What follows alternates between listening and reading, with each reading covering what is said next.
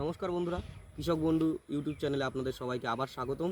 আজকে আমরা দেখব লাউ চাষ করে কিভাবে আপনারা অর্থ উপার্জন করবেন। তো দেখুন, আমরা চলে এসেছি লাউ খেতে। তো এই যে আপনাদের সামনে এই যে ক্ষেতটা দেখতে পাচ্ছেন, এটা নতুন তৈরি হলো।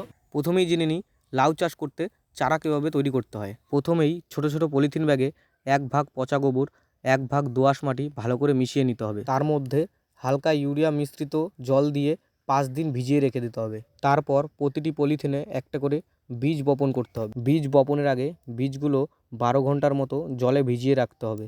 এরপর 2 ভাগ বেলে দোআঁশ মাটির সঙ্গে 1 ভাগ গোবর মিশিয়ে এরপর 5 কেজি সরিষার খোল, 5 কেজি কচুরিপানা আর সাথে 25 গ্রাম ইউরিয়া একসঙ্গে ভালো করে মিশিয়ে 7 দিন পর চারা রোপণ করতে হবে। এরপর আমরা জেনে নেব চারা রোপণের পর কী কী সার জমিতে ব্যবহার হয়।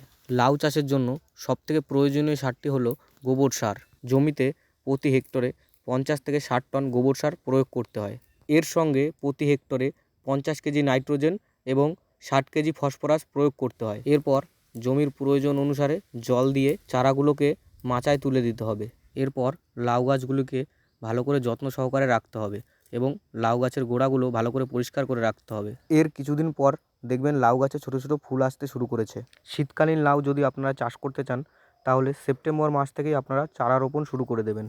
আজকে আপনারা দেখতে পেলেন কীভাবে লাউ সহজে চাষ করতে পারবেন। আরও অন্য কোনো চাষের ভিডিও যদি আপনারা দেখতে চান তাহলে অবশ্যই আমার কমেন্টে জানাবেন। যদি আমার এই ভিডিওটি আপনাদের ভালো লেগে থাকে তাহলে ভিডিওটি লাইক করে দেবেন এবং আমার এই চ্যানেলটি সাবস্ক্রাইব করে দেবেন। তাহলে আবার দেখা হচ্ছে নতুন কোনো চাষের ভিডিও নিয়ে।